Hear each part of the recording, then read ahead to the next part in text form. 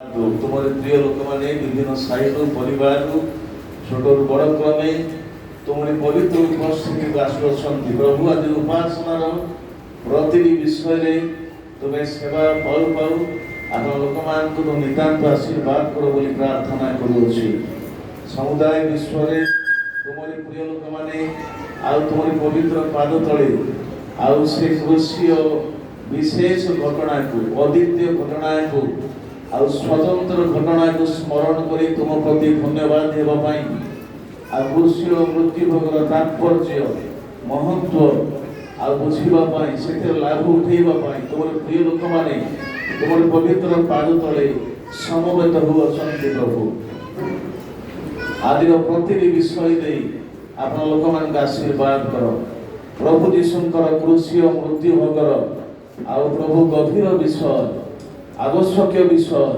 स्वतंत्र विषय बुझिया निमंते आम पवित्र आत्मा आम प्रत्येक प्रभु तुम ढाली दिए बोली प्रार्थना करे आम हृदय मन आत्मा तुम प्रति खला रू आम खामिखियाल न बसु प्रभु आ गुरुत्वपूर्ण घटनार गंभीरता बुझी पारू एवं प्रभु आमर उपासना आराधना आउ गीत गान वाक्य ध्यान भाया प्रति विषय तुम सेवा दौ तुम आशीर्वाद पाइबू तुम्हें साहाय्य कर आम प्रत्येक पवित्र आत्मा आयत भर रख बोली प्रार्थना करुछु आ सब प्रकार विशृंखला आत्मा मानू जीशु नाम ग्राह्य कर दौछु आम प्रत्येक आत्मा द्वारा परिचालित कर अवृद्धि कर आ तुम दृष्टि घृण्य विषय गुड़ाक जीशु नाम छाड़ी जाओ बोली प्रार्थना करुछु राजा श्रृंखला आत्मा विराजमान हो तुम्हें स्वतंत्र भाव आम मध्य गमनागमन कर तुम पवित्र उपस्थिति को वास्तव अनुभव कर तुम्हें साहाय्य कर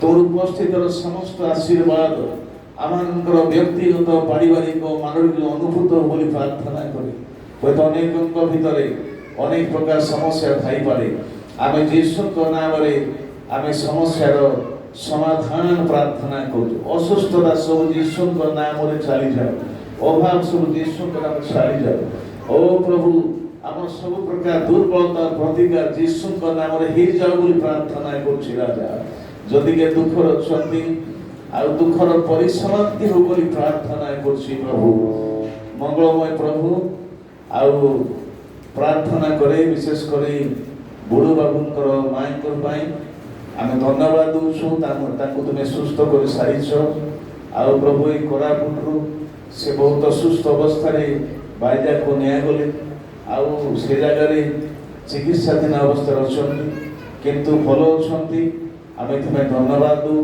तुम्हें संपूर्ण सबल कर सुस्थ कर आन बोली प्रार्थना कर आम अनेक भौणी मैंने असुस्थ अवस्था मेडिकल पढ़ी तुम्हें से सुस्थ देश बोली आम तुमको धन्यवाद दूसु सुस्थ रख सुरक्षित रख आउ जदि असुस्थ अच्छा जीशु नाम सुस्थ हो जातु जीशु नाम सुस्थ हो जातु आज ये जो आउ गुड फ्राइडे तुम लोक मैंने गुड फ्राइडे संपूर्ण लाभ उठातु बोली प्रार्थना कर ये दिन गुड़ाक ये विशेष घटना को स्मरण करने दिन कहीं निजर सुख स्वार्थ निजर गृह रही न जातु जो भय रही भक्ति रही प्रेम रही विश्वास रही से केवे तुमको आउ प्रभु तुम्हें पाइबा सेवा तुमको वंचित करेंगे नहीं मंगलमय प्रभु धन्यवाद आम आनी आज सेवा जो मैं ठिया हो विभिन्न विषय आम विषय जो व्यवहार कर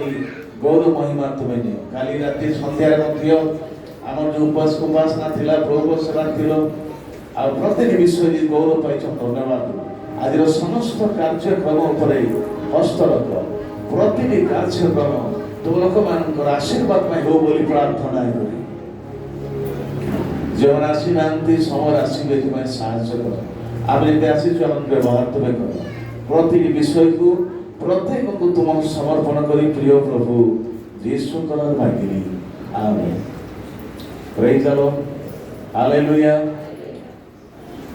प्रभु धन्यवाद गुड फ्राइडे समस्त को प्रभु जीशु नाम आम अभिनंदन जनाऊँ नमस्कार जनाऊँ एक विशेष दिन अटे मुझे अनुरोध कर आरंभ आम जो कोनी कोनी पुओ से अच्छा ମୁଁ ଜାଣିଛି ଏ ଷ୍ଟେଜରେ ଏ ବୟସରେ ସେମାନେ ଟିକେ ପଠେଇ ହେଉଥିବେ, କିନ୍ତୁ ବିଶେଷ କରି ମାଆମାନେ ଟିକେ ଛୁଆମାନଙ୍କ ପ୍ରତି ଦୃଷ୍ଟି ରଖିବେ ଯଦ୍ୱାରା ଆଉ ସେମାନେ ମଧ୍ୟ ଶାନ୍ତିରେ ବସିବେ ଏବଂ ଅନ୍ୟମାନେ ମଧ୍ୟ ଆଉ ପ୍ରଭୁଙ୍କ ଆରାଧନା କରୁଛି ବାଧା ନ କରିବେ। ଦିବାସ ଆମକୁ କହି ଅଛନ୍ତି ସିନା ଆମକୁ ଆଗକୁ ଉପାସ ମାରି ପଢ଼େଇ ଦେଉଛନ୍ତି। हालेलुया हालेलुया मन खुशी ना हाथी की अब ये आनंद से प्रभु को करबा हालेलुया प्रभु यीशु निश्चित भाବରେ ଆମ ପାଇଁ କାଳ କୁଶଳ ହତ କରିବେ ଆମର କିନ୍ତୁ ଆଉ ଥରେ ଆଜି ସେ ହତ ହେବେ ନା ହାଲେଲୁୟା ସେ କାଳ କୁଶଳ ସବୁ ବିଷୟ ସମାପ୍ତ କରି ଆସିଲେ ଆମଙ୍କର ଦୁଃଖ କଷ୍ଟ ନିନ୍ଦା ତାଡ଼ନା ଅପମାନ କି ଯେତେ ସବୁ ଆଉ ପରାଜୟ ସବୁକୁ ସେ ସମାପ୍ତି କରିଛନ୍ତି କାଳ କୁଶଳରେ। ତେଣୁ ସେ ବିଶେଷ ଅବସରରେ ପ୍ରଭୁ ଆମକୁ ଦେଇଅଛନ୍ତି ପୁନର୍ବାର ସ୍ମରଣ କରିବା ପାଇଁ ଆଉ ତାଙ୍କୁ ଗୌରବ କରିବା ପାଇଁ। ତେଣୁ ସମସ୍ତେ ଆନନ୍ଦ ଉଲ୍ଲାସର ସହ ହେଇପାରେ ଆପଣଙ୍କ ମଧ୍ୟରେ ଅନେକ ପାର୍ଟି ମଧ୍ୟ ଥିବେ, ପ୍ରଭୁ ନିଶ୍ଚିତ ଭାବେ ଗୌରବ ପାଇବେ। ଆଜି ଆସୁ ସମସ୍ତେ ମଣ୍ଡଳୀ ସମସ୍ତେ କିଛି ନା କିଛି ମାନେ ଅଙ୍ଗ ପ୍ରତ୍ୟଙ୍ଗ ନିଶ୍ଚିତ ଭାବରେ ଆନନ୍ଦ ଉଲ୍ଲାସର ସହ ସେ ପ୍ରଭୁଙ୍କୁ ଗୌରବ କରିବା। ଆମେ ସମସ୍ତେ ଜାଣୁ ଯୌନ 3:16 ଯାହାକି ପରମେଶ୍ୱର ଏତେ ପ୍ରେମ କଲେ ଆମ ସମସ୍ତଙ୍କୁ ସାରା ଜଗତକୁ ସମସ୍ତ ମନୁଷ୍ୟମାନଙ୍କୁ ଆପଣ ଅଦ୍ୱିତୀୟ ପୁତ୍ରକୁ ସେ ଦେବା ପାଇଁ ପଛେଇ ନାହାନ୍ତି। ହାଲେଲୁୟା ତାର ପ୍ରମାଣଟା ଆମେ କୋଉଠି ପାଉଛୁ? ଯାହା ଲେଖାଯାଏ ରୋମିଓ 5:8 କିନ୍ତୁ ଆମ୍ଭେମାନେ ପାପୀ ଥିବା ସମୟରେ ସୁଦ୍ଧା ଖ୍ରୀଷ୍ଟ ଯେ ଆମ୍ଭମାନଙ୍କ ନିମନ୍ତେ ମୃତ୍ୟୁଭୋଗ କଲେ ସେଥିରେ ଈଶ୍ୱର ଆମମାନଙ୍କ ପ୍ରତି ଆପଣ ପ୍ରେମ ସ୍ୱପ୍ରମାଣ କରୁଅଛନ୍ତି। ହାଲେଲୁୟା ମାନେ ଆସୁ ତାଙ୍କର ସେ ପ୍ରେମକୁ ସ୍ମରଣ କରୁ ସେ ଆମ ପାଇଁ କ'ଣ କରିଥିଲେ ଆମେ ସମସ୍ତେ ଜାଣୁ। ଏଇ ଫ୍ରାଇଡେରେ ସେ ମୃତ୍ୟୁବରଣ କରିଥିଲେ ଆମ ପାଇଁ ଶୁଭ, କାରଣ ଆମେ ପରିତ୍ରାଣ ପ୍ରାପ୍ତ ହୋଇଅଛୁ। ତେଣୁ ତାହାକୁ ସ୍ମରଣ କରି ତାକୁ ଗୌରବ କରିବା। ସମସ୍ତେ ଆନନ୍ଦ ଉଲ୍ଲାସର ସହ ଗୀତ ଗାଉଥିବା ସମୟରେ ଗୌରବ କରିବା। ହାଲେଲୁୟା ଶୁଣରେ ଶୁଣ ମହାପ୍ରେମ କାହାଣୀ ମନରୁ ତାହା କେବେ ଭୁଲି ହୁଏ।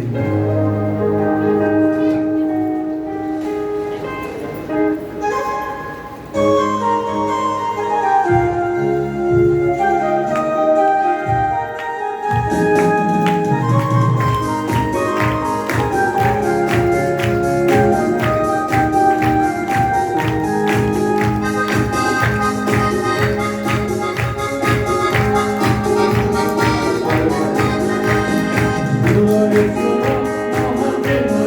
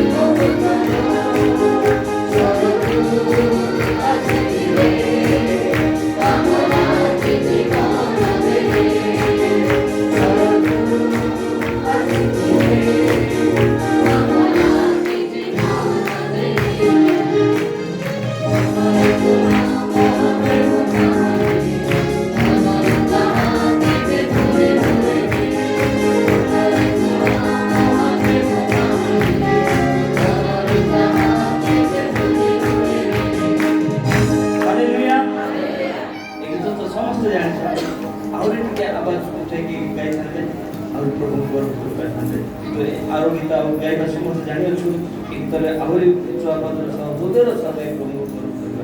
ହାଲେଲୁୟା। ତାଙ୍କ ଭଳିଆ ପ୍ରେମ ଆଉ କିଏ ଦେଖେଇ ପାରିବେ ନାହିଁ, ଦେଇପାରିବେ ନାହିଁ, ଏହା ଆମେ ଜାଣିଛୁ। ସେଥିପାଇଁ ସ୍ଥାନରେ ଅଛୁ। ହାଲେଲୁୟା। ଏ ସ୍ଥାନରେ ଆସି ଗୋଟିଏ ବିଷୟ କରିପାରିବା, ତାଙ୍କୁ ହୃଦୟର ସହ ଗୌରବ ଦେଇପାରିବା, ଆରାଧନା କରିବା। ଜଗତକୁ ଏଡ଼େ ପ୍ରେମ କଲ, ତୁମେ ସ୍ୱର୍ଗ ତେଜି ଆସିବ। Thank you, Jesus.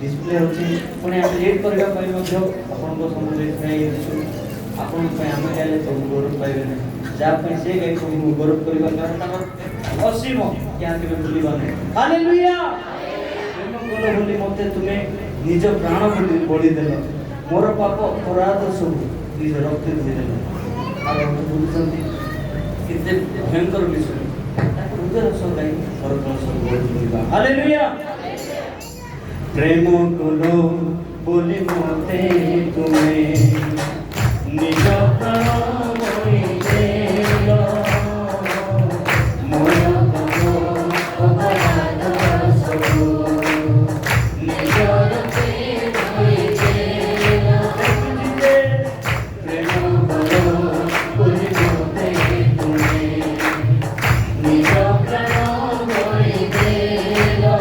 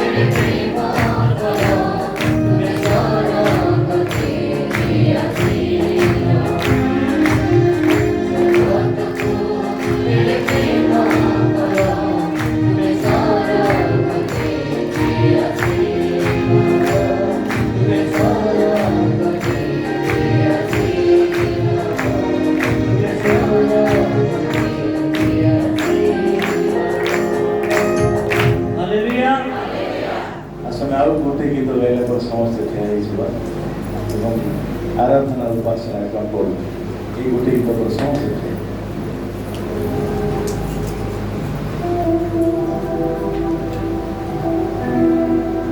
ଗାଉଥିବି ସଦା ମୋ ଯୀଶୁଙ୍କ ନାମ ବଞ୍ଚିଥିବି ଧରା ପରେ ମୋ ଯେତେ ମଧ୍ୟ ବିରୋଧ କରିବା ଆହୁରି ସ୍ୱର ଉଠାଇବା ଫଳଫଳ ସ୍ୱର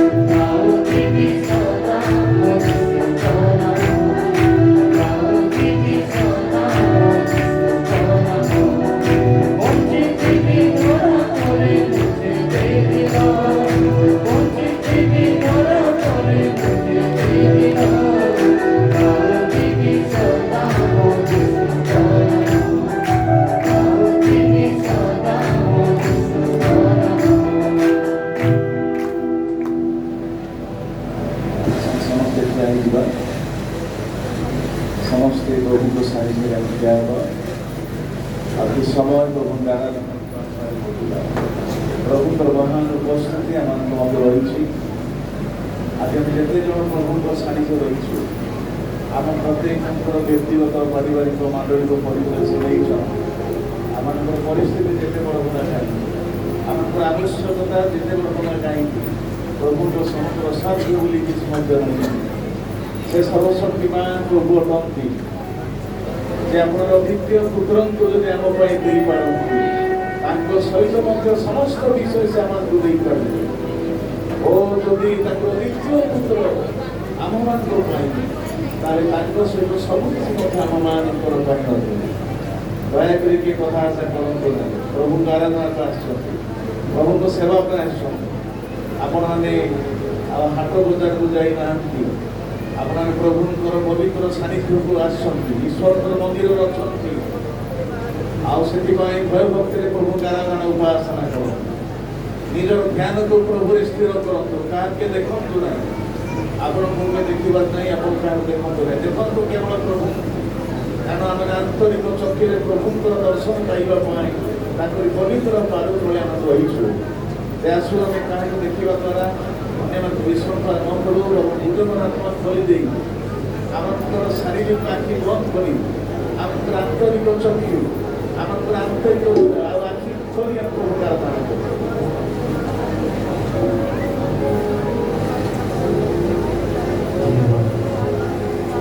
स्तुति आराधना केवल तुम्हारी हो जाए जो अपने आस्वाद को मुक्त पिटाएगा जे एकमात्र जीवित ईश्वर जे अपना वस्तु रे अपना सदृश रे तैयारी करते मनुष्य को भूली जानते ना से केवे चाहते नहीं कौन से मनुष्य विनष्ट हो 2000 वर्ष पूर्व तार प्रयोजन प्रभु करे अपना अद्वितीय पुत्र को जगत को पठाई से प्रभु यीशु द्वारा मैंने परित्राण प्राप्त हो जहाँ रक्त आमको किणी अच्छे जहाँ रक्तर मूल्य दे से आमको किणी अच्छे से परमेश्वर को गौरव कर किए चक्षु पिटेगा ना जदि चक्षु पिटा किसी असुविधा ना कि आपंकर ध्यान तो भंग करूँ ना ये समय प्रभु निमंते प्रभु नहीं देवा कौन से विषय आमको ध्यान भटकाइब ना संपूर्ण हृदय आत्मा सत्य आराधना रक्त बहुमूल्य प्रेम जदि संभव प्रभु को विनती करू आराधना करू प्रभु तुम गोटे रक्तर टका मत मिलू बोली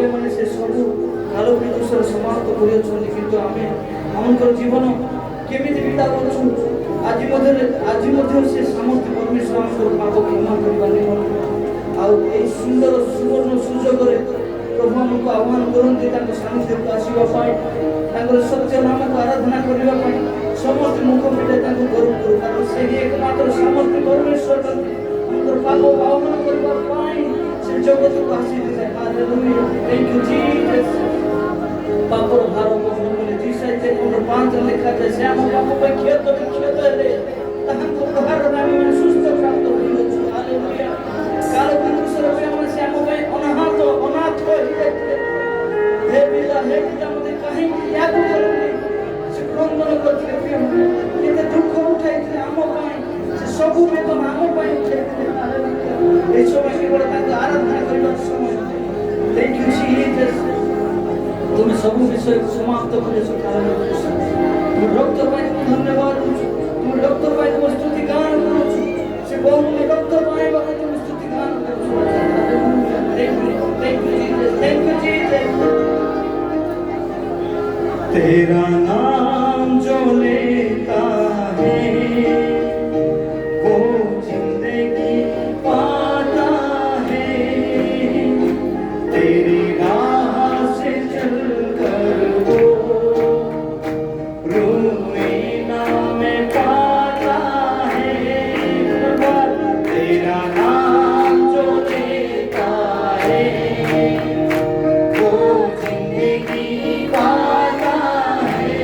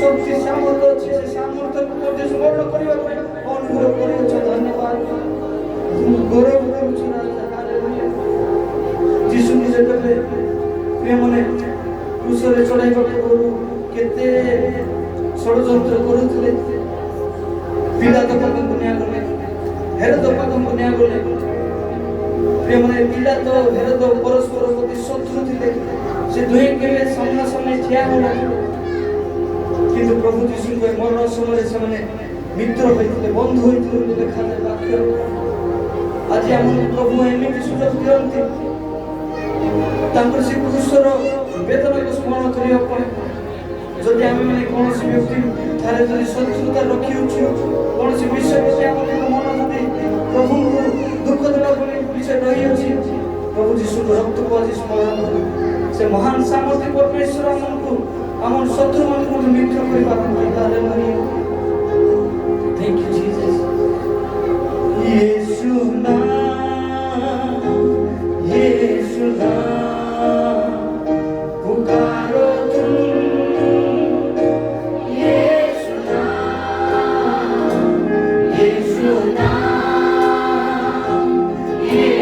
नाम पुकारो तुम यीशु नाम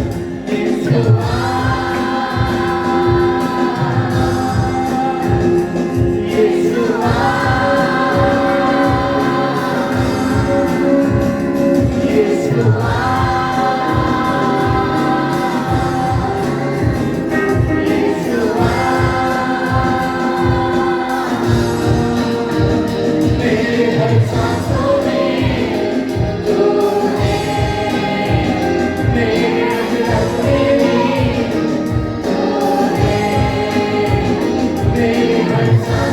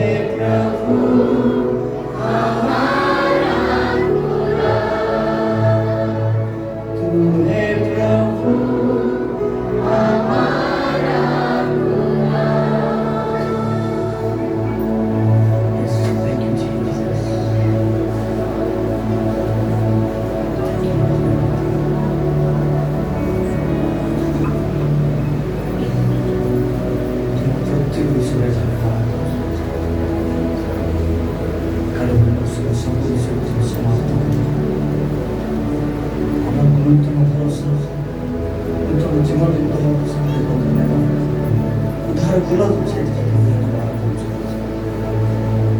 ତୁମର ଉପସ୍ଥିତି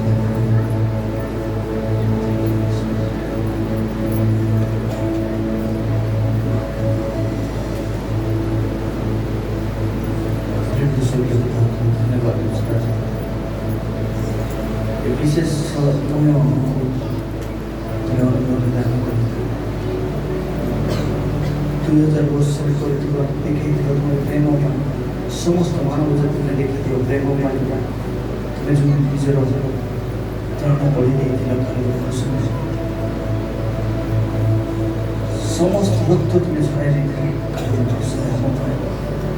ताहा समर्थन କରି ତୁମେ ଧନ୍ୟବାଦ ଦେବାକୁ ସୁଯୋଗ ଆହ୍ୱାନ କରୁଛୁ ଉପସ୍ଥିତ ସ୍ଥାନ ପ୍ରତ୍ୟେକ ତାର ସମର୍ଥନ ହେଉଛୁ ରାଜା ବାପା ଆମେ ବିଶ୍ୱାସ କରୁ ଏହି ଉପାସନା ତୁମେ ଗୌରବ ପାଇଅଛ ଧନ୍ୟବାଦ ପବିତ୍ର ଆତ୍ମା ସମସ୍ତଙ୍କୁ ତୁମେ ବ୍ୟବହାର କର ଆତ୍ମା ଏବଂ ସତ୍ୟ ତୁମେ ଆରାଧନା କରିବା ତୁମର ବାଡ଼ି ଉପାସନାର ପ୍ରତ୍ୟେକ ବିଷୟ ନେଇ ତୁମକୁ ଗୌରବ ଦେଉଛୁ ଆମେ ତୁମ ଚରଣତଳେ ସମର୍ଥ କରି ଆଜିର वाक्यको तुम दर्शनको हामी समस्त तुम दर्शन जीशु नाममा मागिन्छ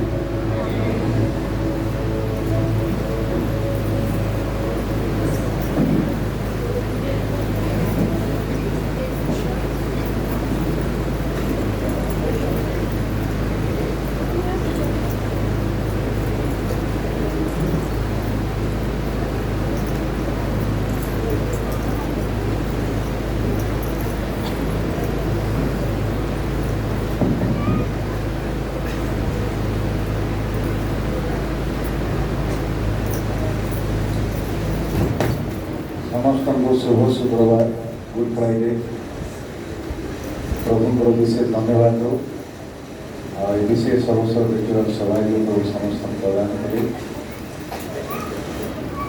ଆଜି ଆନ୍ତର୍ଜାତିକ ଦିବସ ଆଉ ସାରା ବିଶ୍ୱରେ ମଣ୍ଡଳୀମାନଙ୍କର ମଧ୍ୟରେ ଆଉ ଶୁଭ ଶୁକ୍ରବାର ପାଳନ କରାଯାଉଛି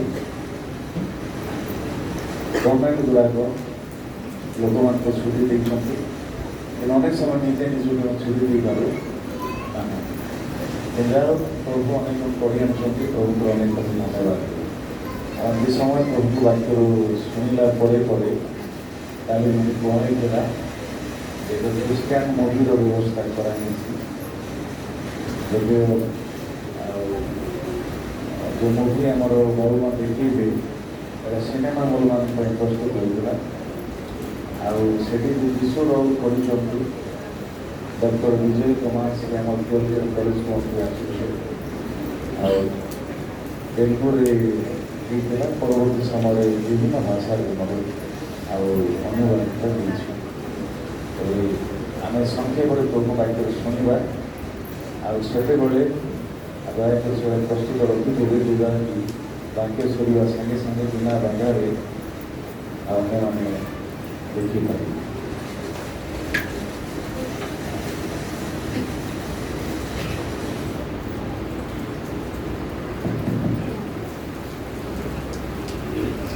ଆସନ୍ତା ଯୌନ ସୁସମାଚାର ତାର ଏକ ଅଧ୍ୟାୟ ଯୌନ ସୁସମାଚାର ତାର ଏକ ଅଧ୍ୟାୟର ଆମେ 29 ପଦ ପାଠ କରିବା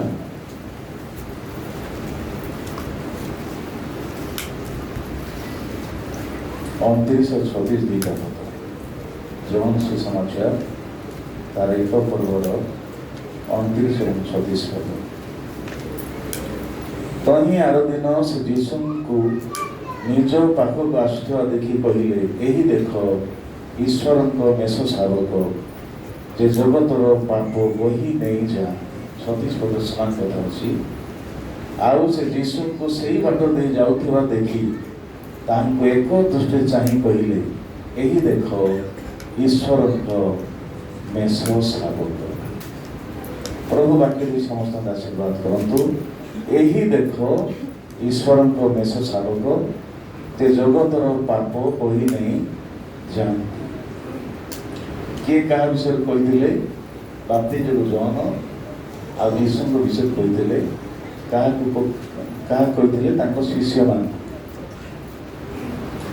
ବାପ୍ତିଜର ଜୋହନ ଯୀଶୁଙ୍କର ଅଗ୍ରଦୂତ ଥିଲେ ଆଉ ଯେଉଁ ସ୍ଥାନରେ ଯୌନ ଥିଲେ ସେ ରାସ୍ତା ଦେଇ ଯେତେବେଳେ ଯୀଶୁ ଯାଉଛନ୍ତି ସେତେବେଳେ ନିଜର ଶିଷ୍ୟମାନଙ୍କୁ ଯୀଶୁଙ୍କ ଆଡ଼କୁ ଦେଖେଇ କହିଥିଲେ, ଏହି ଦେଖ ଈଶ୍ୱରଙ୍କ ମେଷ ଶାବକ, ଯେ ଜଗତର ପାପ ବହି ନେଇ ଯାଆନ୍ତି। କେତେ ଜଣଙ୍କର ପାପ? ଗୋଟେ ଜାତିର ପାପ କି ଗୋଟେ ବଂଶର ପାପ କି ଗୋଟେ ଦେଶର ପାପ ନାହିଁ, ବରଂ ସେ ଜଗତର ପାପ ବହି ନେଇ ଯାଆନ୍ତି। Praise the Lord। ସେ ଗୋଟେ ବ୍ୟକ୍ତିର ପାପ ବହି ନେଇ ଯାଆନ୍ତି, ଗୋଟେ ପରିବାର ପାପ ବହି ନେଇ ଯାଆନ୍ତି, ଗୋଟେ ଗୋଷ୍ଠୀର, ଜାତିର, ଗୋଟେ ଦେଶର ମଧ୍ୟ, କିନ୍ତୁ ସେ ମଧ୍ୟ ସମୁଦାୟ ଜଗତର ପାପ ଭାର ବହି ନେଇ ଯାଆନ୍ତି। ହାଲେଲୁୟା। ତେବେ ଆମେ ସଂକ୍ଷେପରେ ଏ ବାକ୍ୟରୁ ଆମେ ଶୁଣିବା। ଆଉ ଏକ ବିଶେଷ ଦିନ, ଆମେ ଗୁରୁତ୍ୱପୂର୍ଣ୍ଣ ସମୟ ରହିଛୁ, ଯେଉଁ ସମୟରେ ଆମେ ପ୍ରଭୁ ଯୀଶୁ ଖ୍ରୀଷ୍ଟଙ୍କର କୃଷାର୍ପଣ ବିଷୟରେ ଆମେ ଟିକେ ଆଲୋଚନା କରିବା। କୃଷର ଅର୍ଥ କିଏ କହିପାରିବେ କି? କୃଷର ଅର୍ଥ କ'ଣ? ଆଉ ଅନ୍ୟ ଶବ୍ଦରେ କୃଷ ଶବ୍ଦର ଆଉ ଅନ୍ୟ ଶବ୍ଦ କ'ଣ ଅଛି? କୃଷ କାଠ ତ ଅନ୍ୟ ଶବ୍ଦ ଛକି କାଠ। କି କାଠ? ଛକି କାଠ, ଛନ୍ଦା କାଠ। ଆଉ ସେ ଛକି କାଠରେ ବା କୃଷ କାଠରେ ଆମମାନଙ୍କର ପ୍ରଭୁ ଯୀଶୁ ଖ୍ରୀଷ୍ଟ ସେ କୃଷାର୍ପିତ ହୋଇଥିଲେ ଏବଂ 3 ଦିନ ପରେ ସେ ମୃତ୍ୟୁକୁ ଜୟ କରି ସେ ଉଠିଲେ ଏବଂ 40 ଦିନ ପର୍ଯ୍ୟନ୍ତ ପୃଥିବୀରେ ଥିଲେ। 12ରୁ ଅନେକ ଥର ଶିଷ୍ୟମାନଙ୍କୁ ଦର୍ଶନ ଦେଲେ। ପରବର୍ତ୍ତୀ ସମୟରେ ସ୍ୱର୍ଗାରୋହଣ କରୁଛନ୍ତି। ଆଉ ଥରେ ପୁନର୍ବାର ସେ ଆସିଲେ। କେତେ ବଡ଼ ସୌଭାଗ୍ୟ ବିଷୟ। ପ୍ରେଜ୍ ଦ ଲର୍ଡ। ତେବେ ଆପଣମାନେ ଜାଣିଛନ୍ତି କି ନାହିଁ, ଅନେକ ଧାରଣା ଥିବ ଯେ କେବଳ ଯୀଶୁ ଖ୍ରୀଷ୍ଟ ଏବଂ ସେ 2ଟା ଚର ହିଁ କୃଷାର୍ପିତ ହେଲେ। ଅନେକ ସେତିକି ଜାଣିଥିବେ, କିନ୍ତୁ କୃଷବିଧ ବା କୃଷାର୍ପଣର ବ୍ୟବସ୍ଥା ଏହା ଯୀଶୁଙ୍କ ସମୟରେ ଆରମ୍ଭ ହୋଇନଥିଲା। ଯୀଶୁଙ୍କର ଜନ୍ମର 600 ବର୍ଷ ପୂର୍ବେ ଅସୁରୀୟମାନଙ୍କ ଦ୍ୱାରା, ବାବିଲୋନୀୟମାନଙ୍କ ଦ୍ୱାରା ଆରମ୍ଭ ହୋଇଥିଲା ଏବଂ ଯୀଶୁ ପ୍ରଭୁ ସ୍ୱର୍ଗାରୋହଣ କରିବାର 400 ବର୍ଷ ପରେ କନଷ୍ଟାଣ୍ଟିନ ସମ୍ରାଟ, ଯେତେବେଳେ କନଷ୍ଟାଣ୍ଟିନ ସମ୍ରାଟ ଖ୍ରୀଷ୍ଟିଆନ ହେଇଗଲେ, ରୋମ ସାମ୍ରାଜ୍ୟର ସମ୍ରାଟ କନଷ୍ଟାଣ୍ଟିନ ଖ୍ରୀଷ୍ଟିଆନ ହେଇଗଲା ପରେ ଆଉ କୃଷାର୍ପଣର ବ୍ୟବସ୍ଥାକୁ ସେ ଲୋପ କରିଲେ। ଯୀଶୁଙ୍କ ଜନ୍ମର 600 ବର୍ଷ ପୂର୍ବେ ଆରମ୍ଭ ହୋଇଥିଲା। ପୁଣି ଯୀଶୁ ପ୍ରଭୁଙ୍କ ଜନ୍ମର 400 ବର୍ଷ ପର୍ଯ୍ୟନ୍ତ ଆଉ ଏ ବ୍ୟବସ୍ଥା ଆଉ ଏ ପରମ୍ପରା ଆଉ ଚାଲୁଥିଲା, କିନ୍ତୁ କନଷ୍ଟାଣ୍ଟିନ ରାଜାଙ୍କ ସମ୍ରାଟଙ୍କ ସମୟରେ ବନ୍ଦ କରାଗଲା। ତେବେ କୃଷରେ ଅସଂଖ୍ୟ ଲୋକମାନେ ଝୁଲିଛନ୍ତି। ହଜାର ହଜାର ଲୋକମାନଙ୍କୁ କୃଷରେ ମରାଯାଇଥିଲା। ହଜାର ଲୋକ କୃଷାର୍ପିତ ହେଇଛନ୍ତି। ଥରେ ଏକାଥରେ 600 ଲୋକଙ୍କୁ ଗୋଟେ ଲାଇନରେ ମାନେ କୃଷବିଧ କରାଇଥିଲେ। ଆମେ ଯୀଶୁଙ୍କ ସମୟରେ 3 ଜଣଙ୍କୁ ଦେଖୁଛୁ, 2 ପଟେ 2 ଜଣ, ମଝିରେ ଜଗତ ସାର ବୋଲି କହିଲେ। ଯୀଶୁଙ୍କର 2 ସାଇଡରେ 2ଟା ଚୋର। ସେମାନେ ବିଦ୍ରୋହୀ ଥିଲେ, ଆନ୍ଦୋଳନକାରୀ ଥିଲେ, ବିପ୍ଳବକାରୀ ଥିଲେ, ସେମାନେ ନରହତ୍ୟାକାରୀ ଥିଲେ। ସେମାନଙ୍କର ମଝିରେ ଯୀଶୁ ପ୍ରଭୁଙ୍କୁ କୃଷବିଧ କରାଇଥିଲେ 3 ଜଣ, କିନ୍ତୁ ଏକାଥରେ 600ରୁ ଅଧିକ ଲୋକମାନଙ୍କୁ କୃଷରେ ଚଢ଼ା ଯାଇଥିଲା। ଆଉ ଥରେ 800 ଲୋକ କୃଷରେ ଚଢ଼ା ଯାଇଥିଲା ଗୋଟେ ଦିନରେ, ଗୋଟେ ଲାଇନ୍। ତେବେ ସେ ସମୟରେ କୃଷିୟ ମରଣ ବା କୃଷାର୍ପଣ ସବୁଠାରୁ ଯନ୍ତ୍ରଣାଦାୟକ ମରଣ ଥିଲା, ଦୁଃଖଦ ମରଣ ଥିଲା, ଆଉ ମଧ୍ୟ ଲଜ୍ଜାର ମରଣ ଥିଲା। ସବୁଠାରୁ ଯନ୍ତ୍ରଣାଦାୟକ ମରଣ ଥିଲା କ'ଣ? ମାନେ କୃଷାର୍ପଣର ମାନେ ଜୀବନ ବା ଯେ କୃଷରେ ବିଧ ହବ, ଆଉ ସେ ସବୁଠାରୁ ବହୁତ ବଡ଼ ଯନ୍ତ୍ରଣା ସେ ପାଇବେ। ଆଉ କେଉଁମାନଙ୍କ କୃଷରେ ବିଧ କରାଉଥିଲା? ଭଲ ଲୋକମାନଙ୍କୁ କୃଷରେ ମରା ହେଉନଥିଲା। ରାଜଦ୍ରୋହୀମାନଙ୍କୁ, କ୍ରୀତ ଦାସମାନଙ୍କୁ, ଆଉ ଯେଉଁମାନେ ଜଗତରେ ଏମିତି କିଛି ଭୁଲ କରିଦେଇଛନ୍ତି ଆଉ ଦୁନିଆରେ ବଞ୍ଚି ରହିବା କଥା ନାହିଁ ସେଇଭଳିଆ ଲୋକମାନଙ୍କୁ କ୍ରୁଶରେ ମରା ହେଉଥିଲା। ରୋମୀୟ ଲୋକମାନଙ୍କୁ ବେଶୀ କ୍ରୁଶରେ ମରା ହେଉନଥିଲା। ଏଇଟା କେବଳ କ୍ରୀତ ଦାସମାନଙ୍କୁ କ୍ରୁଶରେ ମରା ହେଉଥିଲା। ଆଉ ଦେଶଦ୍ରୋହୀମାନଙ୍କୁ ରାଜଦ୍ରୋହୀମାନଙ୍କୁ କ୍ରୁଶରେ ମରା ହେଉଥିଲା। ଏମିତିକି କାହିଁକି କ୍ରୁଶକୁ ଝୁଲେଇ ଦିଆହେଉଥିଲା? ସେମାନଙ୍କର ବିଶ୍ୱାସ ଥିଲା ଯେ ଏଇଭଳିଆ ବ୍ୟକ୍ତି ମଲା ବେଳେ ତାର ପାଦ ମଧ୍ୟ ଏ ଯେଉଁ ମାଟିରେ ବାଜିବା ଠିକ୍ ନାହିଁ। ଯଦି ଏମିତିକା ଲୋକ ଯଦି ଭୂମିରେ ମରିବ ତାହେଲେ ଆଉ ଧରଣୀ ଦେବୀ ଅପବିତ୍ର ହେବ, ଧରଣୀ ଦେବୀ ଅଶୁଚି ହେବ, ତାଙ୍କର ସେମିତି ବିଶ୍ୱାସ ଥିଲା। ଏ ଯେଉଁ ଲୋକମାନେ ଯେ ମରିବା କଥା ମଲା ବେଳେ ମଧ୍ୟ ସେମାନଙ୍କର ପାଦ ପୃଥିବୀରେ ବାଜିବ ନାହିଁ। ସେମାନେ କ'ଣ କରାହେବ? ପୃଥିବୀରୁ ଉଠେଇକିରି ସେମାନେ ଉପରେ ମାରିବେ, ଯୋଉଦ୍ୱାରା କି ମଲା ବେଳେ ତାର ପାଦ ପୃଥିବୀରେ ବାଜିବ ନାହିଁ। ତେବେ ଯେଉଁମାନେ ଦୁନିଆରେ ବଞ୍ଚିବା କଥା ନାହିଁ, ଯେଉଁମାନେ ଦୁର୍ଦାନ୍ତ ଦେଶଦ୍ରୋହୀ ରାଜଦ୍ରୋହୀ ଏଇଭଳିଆ ଲୋକଙ୍କୁ ମରା ହେଉଥିଲା। ଯେଉଁମାନଙ୍କର ପାଦ ପୃଥିବୀରେ ବାଜିଲେ ଏ ପୃଥିବୀ ଅପବିତ୍ର ହେବ, ଅର୍ମୋଜ ଦେବୀ ମାନେ ଅସନ୍ତୋଷ ହେବ, ସେଥିପାଇଁ ଉପରେ ଉଠେଇ ମାରୁଥିଲେ। ସେଇଭଳିଆ ଜାଗାରେ ଯୋଉଠି ଦୁର୍ଦାନ୍ତ ଗୁଣ୍ଡାମାନଙ୍କୁ ମରା ହେଉଥିଲା, କ୍ରୀତ ଦାସମାନଙ୍କୁ ଝୁଲା ହେଉଥିଲା, ଯେଉଁମାନେ ବଞ୍ଚିବା ପାଇଁ ଯୋଗ୍ୟ ନଥିଲେ ସେମାନଙ୍କୁ ମରା ହେଉଥିଲା। ସେଇଭଳିଆ ସେମିତିକା ଜାଗାରେ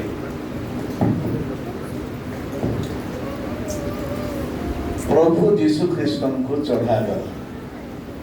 ସେ ଅଧାର୍ମିକ ମାନଙ୍କ ସହିତ ଗଣିତ ହେଲେ। ଯେଉଁ ଧାର୍ମିକ ଥିଲେ, ମୃତ୍ୟୁ ଦଣ୍ଡ ଯୋଗ୍ୟ ଥିଲେ, ଆଉ ସେମାନେ ଯୋଉ ଜାଗାରେ ମରିବା କଥା ସେଇଭଳିଆ ଜାଗାରେ ଆପଣମାନେ ମୁଁ ମଧ୍ୟ ବାଇବେଲ ଅନୁସାରେ ବାକ୍ୟ ଲେଖା ହେଲା ପାପର ବେତନ ମୃତ୍ୟୁ। ଆମେ ଯୋଉ ପାପ କରିଛୁ ମାନେ ଆମେ ଯେତେ ପାପ କରିଛୁ ସେ କଥା ତ ରହିଛି, କିନ୍ତୁ ପାପର ପ୍ରକୃତି ନେଇ ଆମେ ଜନ୍ମ କରିଛୁ। ଆମମାନଙ୍କ ଦେହରେ ଆଦମର ପାପର ପ୍ରକୃତି ଅଛି। ବାକ୍ୟ ଲେଖା ହେଇଛି ପାପର ବେତନ ମୃତ୍ୟୁ। ଆମେ ସମସ୍ତେ ମୃତ୍ୟୁ ଦଣ୍ଡ ଯୋଗ୍ୟ ଥିଲୁ। ଆଉ କେମିତି ହେଲା ଜାଗାରେ ଆମେ ମୃତ୍ୟୁ ଦଣ୍ଡ ପାଇବାର ଯୋଗ୍ୟ ଥିଲୁ ନା ଯେଉଁ ସ୍ଥାନରେ ଲୋକମାନଙ୍କୁ କ୍ରୁଶବିଦ୍ଧ କରାହେଉଥିଲା, ଆଉ ସେଇ ଜାଗାରେ ଆପଣମାନେ ମୁଁ ମଧ୍ୟ ମୃତ୍ୟୁ ଦଣ୍ଡ ଯୋଗ୍ୟ ଥିଲୁ। କିନ୍ତୁ ସେଇ ଜାଗାରେ କିଏ ଆସୁଛନ୍ତି? ଈଶ୍ୱରଙ୍କ ପୁତ୍ର ଯୀଶୁ ଖ୍ରୀଷ୍ଟ ଆପଣମାନଙ୍କ ପାଇଁ ମୋ ପାଇଁ ସେ ଗଲେ। ପ୍ରେଜ୍ ଦ ଲର୍ଡ, ହାଲେଲୁୟା। ତେବେ ଯୋଉ ଜାଗାରେ ପାପୀ ମାନେ ମରୁଥିଲେ, ଯେଉଁମାନେ ଦୋଷୀ ସାବ୍ୟସ୍ତ ମୃତ୍ୟୁ ଦଣ୍ଡ ଯୋଗ୍ୟ ସେମାନେ ଯାଉଥିଲେ, ସେ ଜାଗାରେ ପ୍ରଭୁ ଯୀଶୁ ମଧ୍ୟ ଯାଉଛନ୍ତି। ପାପୀ ମାନଙ୍କର ଜାଗାରେ ସିଏ ଯାଉଛନ୍ତି, ପାପୀ ମାନଙ୍କର ଦଣ୍ଡ ସିଏ ସହ୍ୟ କରୁଛନ୍ତି। କିନ୍ତୁ ଆମେ ଯେତେବେଳେ ପ୍ରଭୁ ଯୀଶୁଙ୍କୁ ଯଦି ଦେଖିବା, ଅନ୍ୟ ଅପରାଧୀ ମାନଙ୍କର ଭଳିଆ ଯୀଶୁ ପ୍ରଭୁ ନଥିଲେ। ଅପରାଧୀ ମାନଙ୍କ ସହିତ ଗଣିତ ହେଲେ, ଅପରାଧୀ ମାନଙ୍କ ଜାଗାରେ ଗଲେ, ଅପରାଧୀ ମାନଙ୍କର ଆଉ ଅପରାଧ ଅଭିଶାପ ଦଣ୍ଡ ତାଙ୍କ ଉପରକୁ ଆସିଗଲା। ଅପରାଧୀ ମାନଙ୍କ ଭଳିଆ ସେ ଦଣ୍ଡ ଭୋଗ କଲେ। ଜଣେ ପ୍ରଭୁଙ୍କ ଦାସ ପ୍ରଶ୍ନ କଲେ, ଏ ଦୁନିଆର ସବୁଠୁ ବହୁତ ବଡ଼ ମାନେ ପାପମୟ ବ୍ୟକ୍ତି କିଏ? ଆଉ ଉତ୍ତର ଥିଲା ଯୀଶୁ ଖ୍ରୀଷ୍ଟ। କାହିଁକି? ଅନ୍ୟମାନେ ନିଜ ନିଜର ପାପ ପାଇଁ ମୃତ୍ୟୁବରଣ କରନ୍ତି, କିନ୍ତୁ ଯୀଶୁ ପ୍ରଭୁ ସମସ୍ତଙ୍କର ପାପ ଭାର ନିଜ ଉପରକୁ ନେଲେ। ସେ ସମ୍ପୂର୍ଣ୍ଣ ପାପମୟ ହେଲେ, ଆଉ ସମସ୍ତଙ୍କ ଠାରୁ ସେ ଅଧିକ ପାପମୟ ହେଲେ, ଅଧିକ ଦଣ୍ଡ, ଅଧିକ ଅଭିଶାପ ସେ ନିଜ ଉପରକୁ ସେ ନେଲେ। କିନ୍ତୁ ଆମେ ଯଦି ପ୍ରଭୁ ଯୀଶୁ ବିଷୟରେ ଚିନ୍ତା କରିବା, ତାହେଲେ ବାକ୍ୟ ଲେଖା ହେଲା ତାଙ୍କ ମୁଖରେ ଛଳ କଥା ନଥିଲା, କି ସେ କୌଣସି ପାପ କର୍ମ କରିନଥିଲେ। ତାଙ୍କ ମୁଖରେ ଛଳ କଥା ନଥିଲା, କି ସେ କୌଣସି ପାପ କର୍ମ ସେ କରି ନଥିଲେ। ଆଉ ପଢିବା ପାଇଁ କହୁନାହିଁ, ଆମ ସମୟ ବା ମୁଁ ଖାଲି କହିଦେବା ପାଇଁ ଚାହୁଁଛି। ଯୀଶୁ ଯେତେବେଳେ ଗୁରୁବାର ଦିନ ରାତିରେ ଶତ୍ରୁ ହସ୍ତଗତ ହେଲେ ବା ଶତ୍ରୁ ହସ୍ତରେ ସମର୍ପିତ ହେଲେ, परवर्ती समय यीशु प्रभु को विचार आउ दीटा स्तर में यीशु प्रभु विचारित हेले। प्रथम के विचार कले यीशु शत्रु हस्तगत है से विचारित हेले। प्रथम विचार थिला यहूदी मानकर विचार, यहूदी माने प्रथम यीशु विचार कले। द्वितीय प्रकार विचार थिला रोमियो मान विचार, रोमियो मान विचार कले। ए दुई दलीय विचार रे यीशु प्रभु 6 थर से विचारित होइछन। यहूदी माने यीशु प्रभु को तीनटा स्तर रे विचार कले। प्रथम विचार आउ हनान्य पूर्वतन महायाजक माने प्रीवियस हाई प्रीस्ट आउ हनान्य से यीशु को विचार करूछन। आपण माने आउ जौन तार 18 पर्व पाई परिबे जे हनान्य यीशु विचार करूछन। प्रथम विचार से यीशु को धरिला परे प्रथम रे कहा पाक नउछंती ना पूर्वतन महायाजक यहूदी मानकर महासभार वा सुप्रीम कोर्ट उच्चतम न्यायालय विचारपति आ महायाजक थे। से पूर्वतन महायाजक पूर्वतन विचारपति हनान्य पाक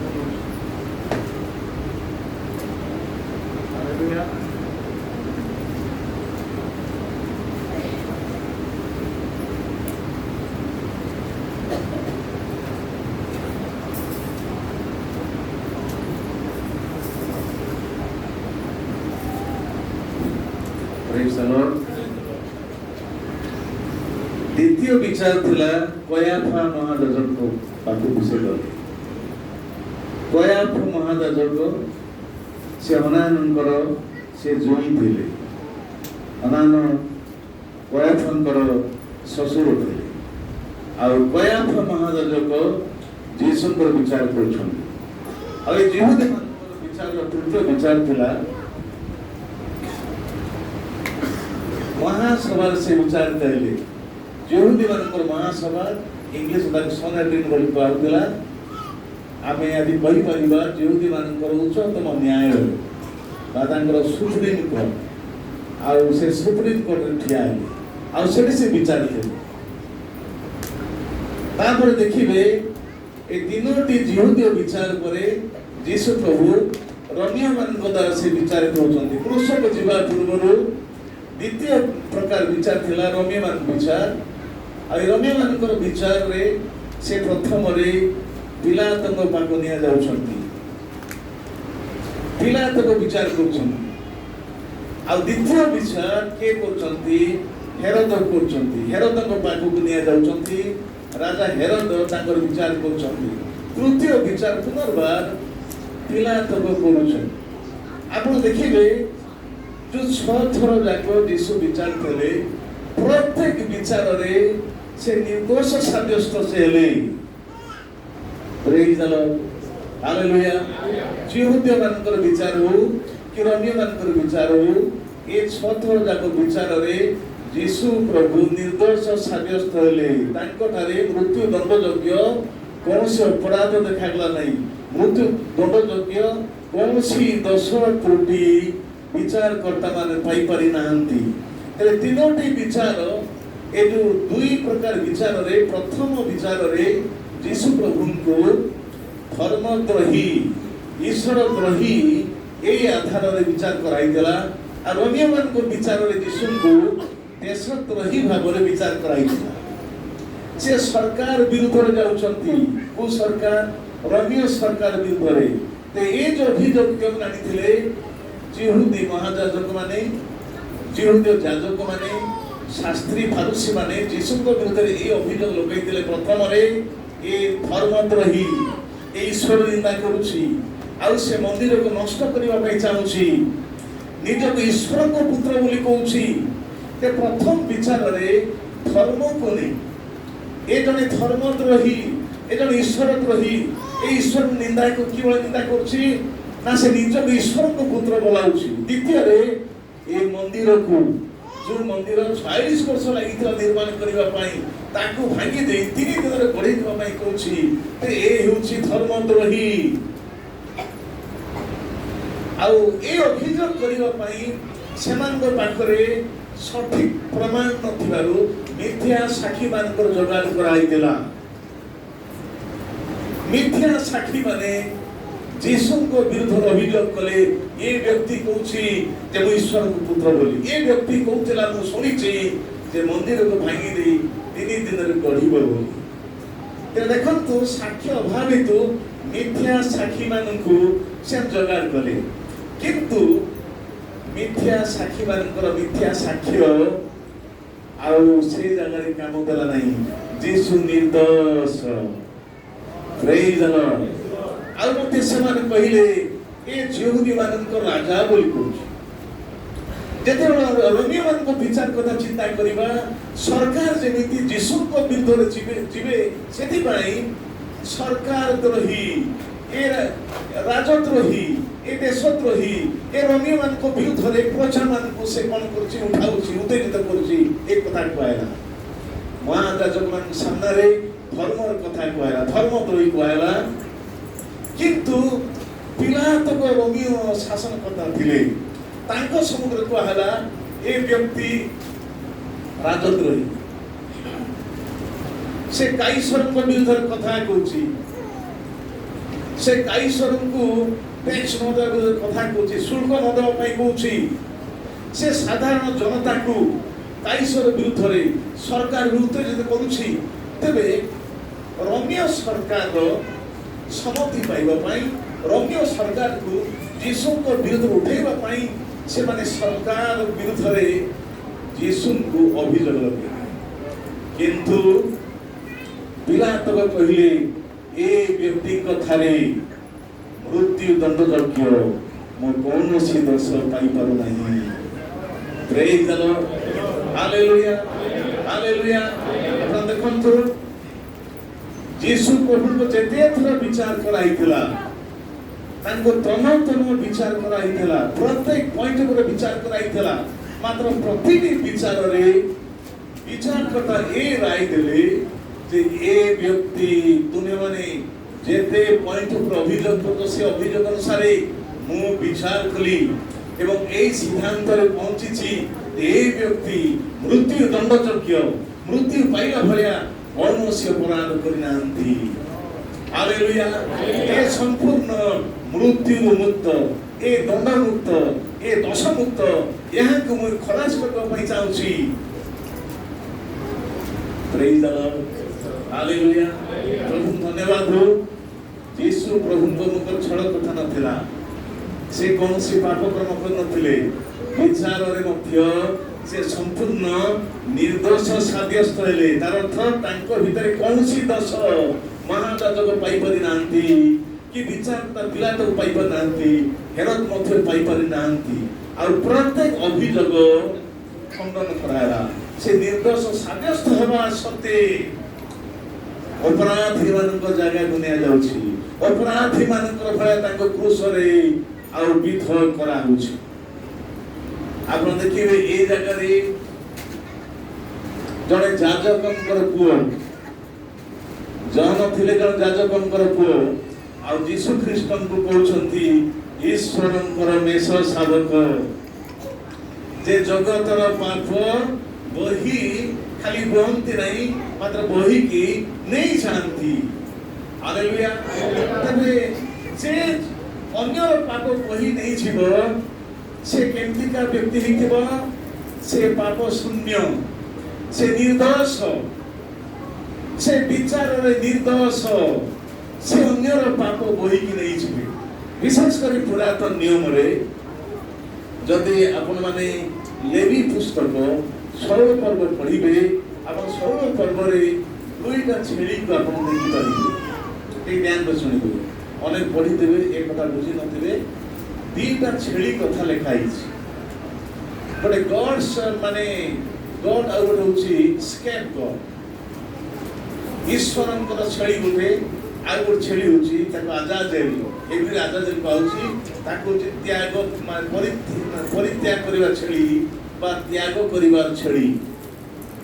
ମହାଯାଜକ 2ଟା ଛେଳି ବାଛୁଥିଲେ, ଗୋଠର 2ଟା ଛେଳି ବାଛୁଥିଲେ। ଆଉ ପ୍ରଥମ ଛେଳି କଣ କରାଉଥିଲା? ପ୍ରଥମ ଛେଳିକୁ ବେଦୀରେ ଆଉ ମହାଦେବ ନିଜ ପାଇଁ ଆଉ ସେ ପବିତ୍ର ସ୍ଥାନ ପାଇଁ ସେ ବଳି କରିଦଉଥିଲେ।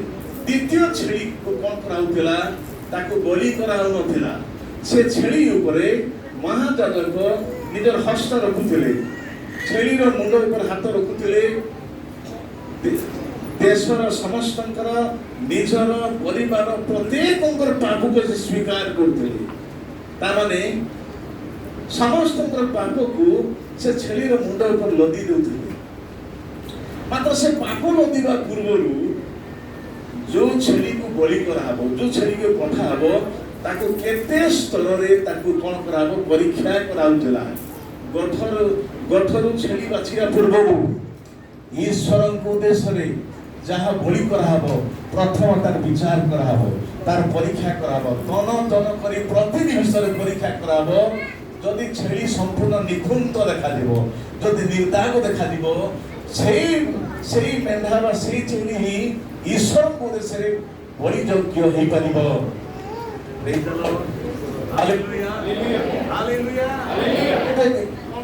ପ୍ରଥମରେ ଯୋଉ ଗଠରୁ ଛେଳି ବଛାଉଥିଲା ବା ମେଣ୍ଢା କି ବଳଦ ବଛାଉଥିଲା, ପ୍ରଥମେ ଗଠରୁ ବଳି ପାଇଁ ପୃଥକ କରିବା ପୂର୍ବରୁ ତାକୁ ପରୀକ୍ଷା କରାଉଥିଲା।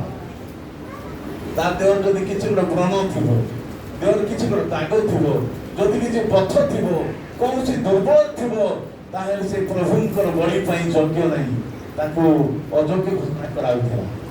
ଆଉ ଅନେକ ସ୍ତରରେ, ଅନେକ ଥର, ଅନେକଙ୍କ ହାତରେ ଶେଷରେ ମହାଯାଜକ, ଶେଷରେ ଯାଜକ ମାନେ ପରୀକ୍ଷା କରିବେ। ଆଉ ଏ ସବୁ ପରୀକ୍ଷାରେ ଉତ୍ତୀର୍ଣ୍ଣ ହେଲା ପରେ, ପରୀକ୍ଷାରେ ପାସ୍ ହେଲା ପରେ, ଆଉ ସେଇ ପ୍ରକାର ମେଷ ଏବଂ ସେଇ ପ୍ରକାର ମାନେ ପଶୁକୁ ପ୍ରଭୁଙ୍କ ଉଦ୍ଦେଶ୍ୟରେ ବଳି କରାହୁଏ। ପ୍ରେଜ୍ ଦ ଲର୍ଡ, ହାଲେଲୁୟା। ତେବେ ଯୀଶୁ ପ୍ରଭୁ ମଧ୍ୟ ଈଶ୍ୱରଙ୍କର ମେଷ ଶାବକ, ସେ କ୍ରୁଶରେ ଆମମାନଙ୍କ ପାଇଁ ବଳି ହେବେ। ମାତ୍ର ବଳି ହେବା ପୂର୍ବରୁ ସେ ନିର୍ଦ୍ଦୋଷ ଦେଖାଗଲେ, ସେ ନିଖୁନ୍ତ ଦେଖାଗଲେ। ପ୍ରେଜ୍ ଦ ଲର୍ଡ। ତାଙ୍କ ମୁଖରେ ଛଳ କଥା ନଥିଲା, ସେ କୌଣସି ପାପ କର୍ମ କରିନଥିଲେ, ସେ ସମ୍ପୂର୍ଣ୍ଣ ନିଷ୍ପାପୀ ଜୀବନ ସେ ବିତେଇଥିଲେ। ପ୍ରେଜ୍ ଦ ଲର୍ଡ, ହାଲେଲୁୟା। ସେ କୌଣସି, ତାଙ୍କ ମୁଖରେ ଛଳ କଥା ନଥିଲା, ସେ କୌଣସି ପାପ କର୍ମ କରିନଥିଲେ, କାରଣ ସେ ସମ୍ପୂର୍ଣ୍ଣ ପାପ ଶୂନ୍ୟ ଥିଲେ। ବର୍ତ୍ତମାନ ସେଇ ଛେଳି ଉପରେ ମହାଯାଜକ ସମସ୍ତଙ୍କର ପାପ ସ୍ୱୀକାର କଲା ପରେ ଛେଳି କ'ଣ କରାଉଥିଲା? ଜଣେ ବ୍ୟକ୍ତି, ଜଣେ ମନୋନୀତ ବ୍ୟକ୍ତି ହାତରେ ଛେଳିକୁ ସମର୍ପଣ କରିଦିଆଯାଉଥିଲା। ଆଉ ସେ ବ୍ୟକ୍ତି କ'ଣ କରୁଥିଲେ? ସେ ଜିଅନ୍ତା ଛେଳିକୁ ସେ ମରୁ ପ୍ରାନ୍ତରକୁ ନେଇ ଯାଉଥିଲେ, ନିର୍ଜନ ସ୍ଥାନକୁ, ଜନଶୂନ୍ୟ ସ୍ଥାନକୁ ନେଇ ସେ ଛେଳିକି ଛାଡ଼ି ଦେଉଥିଲେ। ଯୋଉ ଛେଳି ଆଉ ଥରେ ସେ ଫେରି ଆସି ପାରିବ ନାହିଁ। ସେଟା କ'ଣ ବୁଝେଇଲା? ନା ଦେଶର, ଜାତିର ସମସ୍ତଙ୍କର ପାପ ଭାର ପଡ଼ି ଛେଳିଟି ସେ ଦୂରକୁ ଚାଲିଗଲା। ଆଉ ଏଇ ଜାଗାରେ, ଏଇ ଦେଖ ଈଶ୍ୱରଙ୍କ ମେଷ ଶାବକ ଯେ ଜଗତର ପାପ ଭାର ବୋହି ନେଇଯାଆନ୍ତି। ହାଲେଲୁୟା। ତେବେ ଏଇ ଛେଳି ଭଳିଆ ଏ ନିଷ୍ପାପୀ ମେଷ ଶାବକ, ଏ ନିଷ୍ପାପୀ ମେଷ ପରମେଶ୍ୱର ଯାହାଙ୍କୁ ବାଛିଥିଲେ, ଯେ ନିଖୁନ୍ତ ଥିଲେ, ପବିତ୍ର ଆତ୍ମାଙ୍କ ଦ୍ୱାରା ଗର୍ଭଧାରଣ କରାଗଲେ। କାହିଁକି ଆତ୍ମାଙ୍କ ଦ୍ୱାରା ଗର୍ଭଧାରଣ ଆବଶ୍ୟକ ଥିଲା? ନା ଯୀଶୁ ପାପ ଶୂନ୍ୟ ହେବା ପାଇଁ, ତାଙ୍କ ଶରୀର ପାପ ଶୂନ୍ୟ ହେବା ପାଇଁ, ଏକ ନିଷ୍ପାପୀ ଜୀବନ କାଟିବା ପାଇଁ ହେଲେ ଜାଗତିକ ବାପା ମାଙ୍କ ଔରସରେ ଜନ୍ମ କଲେ ହେବ ନାହିଁ।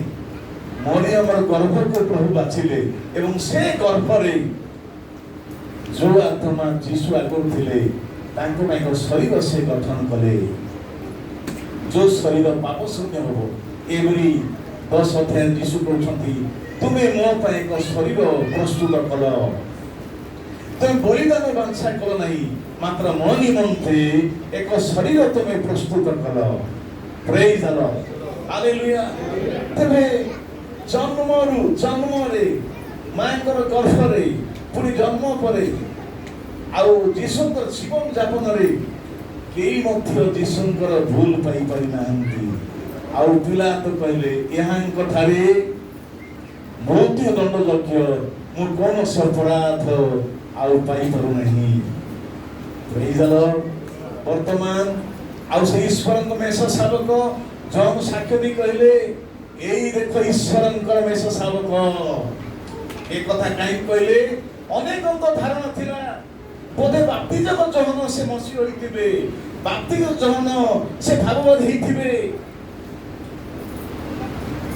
जेते बेले बाप्तिजक जहन यीशु प्रभु को 6 मास रे बड़ से जेते बेले सेवा आरंभ कले अनेक मन भितरे ए धारणा आसी गला आमे जो मसी पर अपेक्षा करूछु ए बाप्तिजक जहन से मसी हो एक अध्याय जहन देखिबे आउ लेवीय माने गोटे कमिटी फॉर्म करी कमिटी गठन करी पठेले आपण मसीह की आपण एलियो की आपण जेरेमिया की आपण से भागवती जन कोन कहले मु हे मात्र मौतर जे आसंती तांकर पादुकार बंधन भिड़ेबा पई मु योग्य नही से मो पूर्व रे थिले प्रेज द लॉर्ड ताले आपण किए ना प्रांतन रे उच्च शब्द करूथिबा जनकर साउंड जनकर शब्द मु प्रेज द लॉर्ड तेरे लोकंकर धारणा को खंडन करे हमें कहले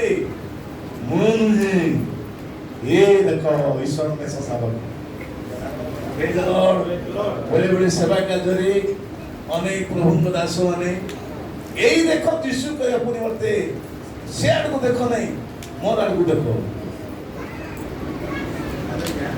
लोकंकर दृष्टि को यीशु के फेरे परिवर्ते आज अनेक प्रभु लोक माने लोक मान को दृष्टि को निज आड़ को फेराउचंती जौन कहले यही देखो ईश्वर में से परिवर्ते ये आड़ को देखो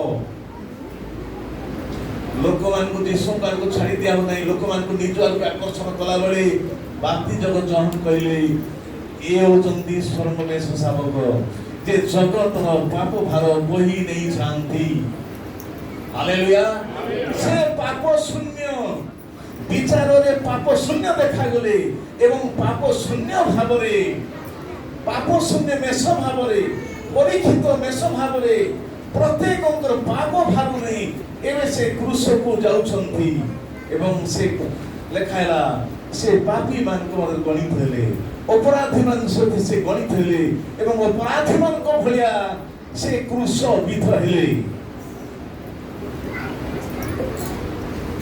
प्रेज द लॉर्ड अपराधी नथिले कोनसी पाप कर्म कर नथिले जो स्थान रे अपराधी मानकर पई जो स्थान अपराधी मानकर पई जो दंड अपराधी मानकर पई थिला आ से जगह रे पाप शून्य व्यक्ति निष्कलंक व्यक्ति शीतल पुरुष सर्वोत्तम पुरुष से पुरुष को जाउ ताले जे पाप शून्य थिले कार पाप नहीं जाउछंती आपण मानकर पाप नहीं जाउछंती मोर पाप नहीं जाउछंती विश्ववासींकर पाप निज ऊपर नहीं से जो छेली भलिया से जाउछ सती माई पूर्वरु पश्चिम जेते दूर आमानकर पाप प्रभु सेते दूर करिसंती प्रेज द लॉर्ड हालेलुया से छेली समस्त पाप नहीं जन्य शून्य स्थान को चलीबा माने आम मानकर अपराध प्रभु पूर्वरु पश्चिम जेते दूर से नहीं जाइछंती आमनकर अपराध को अगाध समुद्र तले से आउ रखिछंती तार अर्थ आम पाप क्षमा कला परे प्रभु आम पाप को से मने पकांती नहीं अनेक समय जदि के मोर विरुद्ध भूल कला आमे भूल को आमे मने पकई थाउ क्षमा देला परे मध्य आमे मने पकई थाउ मात्र परमेश्वर क्षमा दे देला परे आउ से मने पकांती नहीं पूर्वरु पश्चिम जेते दूर से नहीं जाई छंती हालेलुया आउ से अगाध समुद्र रे हमर पाप को से आउ फोपाड़ी देई छंती तार अर्थ से हमर अपराध मने पकांती नहीं अनेक अनेक दोषी जीवन बिताती मन भितरे मोर पाप क्षमा करछंती नहीं प्रभु से मन भाने बचंती किंतु प्रभु धन्यवाद हो काल परि कुसरे एक निष्पापी व्यक्ति ईश्वर को पुत्र मेष शावक जे विचार रे पाप शून्य बोली देखा गले आमानकर पाप नहीं आम पई से क्रूसर से गले प्रेज द लॉर्ड एवं काल परि क्रूसरे ক্ষত বিক্ষত ହେଲେ চূর্ণ বিচূর্ণ ହେଲେ ଏବଂ ଶେଷ ଡବା ଯାଏ ନିଜର ଦେହରୁ ସେ ରକ୍ତକୁ ଚିପୁଡ଼ି ଦେଲେ। ଆଉ ପ୍ରତିଟି ରକ୍ତ ଡବା ଆମମାନ ପାଇଁ ଧରିଥିଲା। ଯୀଶୁ ପ୍ରଭୁଙ୍କର ଦେହ ତାଙ୍କ ପାଇଁ ନଥିଲା, ଯୀଶୁ ପ୍ରଭୁଙ୍କ ରକ୍ତ ତାଙ୍କ ପାଇଁ ନଥିଲା, ଯୀଶୁଙ୍କର ସମ୍ପୂର୍ଣ୍ଣ ଜୀବନ ଆମ ପାଇଁ ଥିଲା। ପ୍ରେଜ୍ ଦ ଲର୍ଡ। ଯୀଶୁ ପ୍ରଭୁ ଏ ଜଗତରେ ସେ ସମ୍ପୂର୍ଣ୍ଣ ଭାବରେ ଆପଣମାନଙ୍କ ପାଇଁ ମୋ ପାଇଁ ବଞ୍ଚିଥିଲେ। ଆଉ ରହିବା ପାଇଁ ତାଙ୍କର ଘର ଦ୍ୱାର ନଥିଲା, ଚଢ଼ିବା ପାଇଁ ଗଧ ନଥିଲା, ଅନ୍ୟର ଗଧରେ ଚଢ଼ିଛନ୍ତି। ନିଜର ନୌକା ନଥିବାରୁ ଅନ୍ୟର ନୌକା ଚଢ଼ି ସମୁଦ୍ର ପାର ହେଇଛନ୍ତି। ନିଜର ଘର ନଥିବାରୁ ଅନ୍ୟର ଘର ସେ ରହିଛନ୍ତି। ପ୍ରେଜ୍ ଦ ଲର୍ଡ। ସେ ସମ୍ପୂର୍ଣ୍ଣ ଭାବରେ ସିଦ୍ଧ ଭାବରେ ଆମ ପ୍ରତ୍ୟେକଙ୍କ ପାଇଁ ସେ ବଞ୍ଚିଲେ। ପରବର୍ତ୍ତୀ ସମୟରେ କ୍ରୁଶରେ ସେ ଜୀବନ ସେ ଦେଲେ। Hallelujah, hallelujah. ଆଉ ଯେତେବେଳେ ଯୀଶୁ ପ୍ରଭୁ କ୍ରୁଶକୁ ଯାଇଛନ୍ତି, ଆଉ ସେ ସମୟରେ ସେ ସମ୍ପୂର୍ଣ୍ଣ ପାପମୟ ହେଇଗଲେ। ଏଠି ଧ୍ୟାନ ଦିଅନ୍ତୁ, ସେ ପାପୀ ହେଲେ ନାହିଁ, ମାତ୍ର ସେ ପାପମୟ ହେଇଗଲେ। He did not become a sinner, but he became sin. ଏଠି ଫରକ ଅଛି। ସେ ପାପୀ ହେଲେ ନାହିଁ, କାରଣ ନିଜେ କୌଣସି ପାପ କରିନଥିଲେ, ମାତ୍ର ସେ ପାପମୟ ହେଇଗଲେ। କେଉଁମାନଙ୍କର ପାପ ନେଇ ପାପମୟ ହେଇଗଲେ? ସାରା ବିଶ୍ୱର ପାପ, ପ୍ରତ୍ୟେକ ମନୁଷ୍ୟ ଜାତିର ପାପ ନିଜ ଉପରେ ନେବା ଦ୍ୱାରା ସେ ପାପମୟ ହେଇଗଲେ। ଯେତେବେଳେ ପାପମୟ ହେଇଗଲେ, ଯୀଶୁ କହିଲେ, ପିତା ପରମେଶ୍ୱର ନିଜର ପୁତ୍ରଙ୍କୁ ଆଉ ସେ ଦେଖି ପାରିଲେ ନାହିଁ। ସେ ନିଜର ମୁହଁ ବୁଲେଇ ଦେଲେ। କ୍ରୁଶକୁ ଯିବା ପର୍ଯ୍ୟନ୍ତ ଯୀଶୁଙ୍କର ଭରସା ଥିଲା, ମତେ ସମସ୍ତେ ଛାଡ଼ିଦେଲେ ମଧ୍ୟ ପିତା ମତେ ଛାଡ଼ି ନାହାନ୍ତି। ମାତ୍ର ଯେତେବେଳେ କ୍ରୁଶରେ ଯୀଶୁ ପ୍ରଭୁ ପାପମୟ ହେଇଗଲେ, ଆଉ ସେ ପାପକୁ ଦେଖି ପାରିଲେ ନାହିଁ। ପୁତ୍ରଙ୍କ ଠାରୁ ପିତା ନିଜର ମୁହଁକୁ ଲୁଚେଇ ଦେଉଛନ୍ତି। ଆଉ ସେ ସମୟରେ ସୂର୍ଯ୍ୟ ମଧ୍ୟ ତେଜ ଦଉ ନାହିଁ, ସୂର୍ଯ୍ୟ ଅନ୍ଧକାର ହେଇଗଲା, ଦେଶ ଯାକ ଅନ୍ଧକାର ହେଇଗଲା। ଏ ଅନ୍ଧକାର କଣ ବୁଝେଇଲା? ନା ପିତା ପରମେଶ୍ୱର ପୁତ୍ରଙ୍କୁ ଛାଡ଼ିଦେଲେ। ଆଉ ସେ ସମୟରେ ଯୀଶୁ ପ୍ରଭୁ ସମ୍ପୂର୍ଣ୍ଣ ଭାବରେ ସେ ପରିତ୍ୟକ୍ତ ଅବସ୍ଥା ଅନୁଭବ କଲେ ଯେ ପିତା ମଧ୍ୟ ମତେ ଛାଡ଼ିଦେଲେ। ଆଉ ସେ ଜାଗାରେ କଣ କହିଲେ? ହେ ପିତା କାହିଁକି ଆମକୁ ପରିତ୍ୟାଗ କଲ? କଣ ଲେଖା ହେଲା? ଏଲି ଏଲି ଲାମା ସାବକ୍ଥାନି। ତାର ଅର୍ଥ ହେ ପିତା କାହିଁକି ପରିତ୍ୟାଗ କଲ? ପୁତ୍ର ହେଲେ ମଧ୍ୟ ଯେତେବେଳେ ପାପମୟ ହେଇଗଲେ, ପବିତ୍ର ଈଶ୍ୱର ଆଉ ପାପ ପ୍ରତି ଆଉ ସେ ଦୃଷ୍ଟି କରିପାରିଲେ ନାହିଁ। ସେ ପୁତ୍ରଙ୍କ ଠାରୁ ସେ ମୁହଁ ବୁଲେଇ ଦେଲେ। ସେଇ ଅବସ୍ଥାରେ ସୂର୍ଯ୍ୟ ମଧ୍ୟ ନିସ୍ତେଜ ହେଇଗଲା। ଭୂମିକମ୍ପ ହେଇଯାଉଛି, ଅନେକ ଘଟଣା ଘଟି ଯାଉଛି। ଆଉ ବ୍ୟାକୁଳ ଭାବେ କହିଲେ, ହେ ପିତା କାହିଁକି ମତେ ପରିତ୍ୟାଗ କଲ? କାହା ପାଇଁ ପରିତ୍ୟାଗ କଲେ? ମନୁଷ୍ୟ ଜାତିକୁ ପିତାଙ୍କ ସହିତ ପୁନର୍ମିଳନ କରିବା ପାଇଁ ଉଭୟଙ୍କର ମଧ୍ୟରେ ସେ ଠିଆ ହେଲେ। Praise the Lord. Hallelujah. Hallelujah. ଜଣେ ପାପ ଶୂନ୍ୟ ବ୍ୟକ୍ତି ଦୁଇଟା ପାପୀ ମଧ୍ୟରେ ଠିଆ ହେଉଛି। ଜଣେ ପାପ ଶୂନ୍ୟ ପରମେଶ୍ୱର, ଆଉ ଗୋଟେ ପାପୀ ଗୋଷ୍ଠୀ। ସେ ପିତାଙ୍କୁ କହୁଛନ୍ତି, ପିତା ଏମାନେ କଣ କରୁଛନ୍ତି ଜାଣନ୍ତି, ଏମାନଙ୍କୁ କ୍ଷମା ପୁଅ ଥରେ କ୍ଷମା ଦେବି ନା ଏମାନଙ୍କର ପାପ ଭାର ମୁଁ ନିଜ ଉପରେ ନେଉଛି। ଏମାନଙ୍କର ପାପ ଭାର ମୁଁ ନିଜ ଉପରେ ନେଉଛି। ପିତା ମତେ ତୁମେ ଛାଡ଼ି ଦିଅ, କିନ୍ତୁ ଏମାନଙ୍କୁ ତୁମେ ଛାଡ଼ି ଦିଅ ନାହିଁ। ସେ ନିଜକୁ ମାରିବେ, ପରକୁ ତାରିବେ, ମାନେ ସେ ନିଜକୁ ମାରିଦେବେ କିନ୍ତୁ ଅନ୍ୟକୁ ଉଦ୍ଧାର କରିବେ। ପ୍ରେଜ୍ ଦ ଲର୍ଡ। ହାଲେଲୁୟା। ଏ ଜାଗାରେ ଗୋଟେ କଥା ଅନେକ ଥର କହିଥିଲା, ଉଦାହରଣ ବ୍ୟବହାର କରିବା ପାଇଁ ଚାହେଁ। ଆଉ ମୁଁ ଏ ଉଦାହରଣଟା ଜଣେ ପ୍ରଭୁଙ୍କର ମହାନ ଦାସ ସ୍ୱର୍ଗତ ବିଦେଶ ଦିନାକରଣଙ୍କର ଆର୍ଟିକଲକୁ ପାଇଥିଲି। ଆଉ ମୁଁ ସେଇ ଜାଗାରୁ ଆଉ ପାଇଛି ଅନେକ ଥର କହିଛି ତଥା ବାକ୍ୟ ଯୋଡ଼ି କହି ଶେଷ କରିବାକୁ ଚାହୁଁଛି। ଯୀଶୁ ପ୍ରଭୁ କ୍ରୁଶରେ ଜୀବନ ଦେଲେ କାହା ପାଇଁ? ଆପଣମାନଙ୍କ ପାଇଁ, ମୋ ପାଇଁ, ସମୁଦାୟ ବିଶ୍ୱ ପାଇଁ। ଆମ ସମସ୍ତଙ୍କର ପାପ ଭାର ସେ ନେଇଗଲେ ଆମକୁ ରକ୍ଷା କରିବେ। ଦି ଭାଇ ଗୋଟେ ସହରରେ ସାଙ୍ଗ ରହୁଥିଲେ। ଦି ଭାଇ ଗୋଟେ ସହରରେ ରହୁଥିଲେ। ବଡ଼ ଭାଇ ବହୁତ ଭଲ, ସାନ ଭାଇ ବହୁତ ଦୁଷ୍ଟ।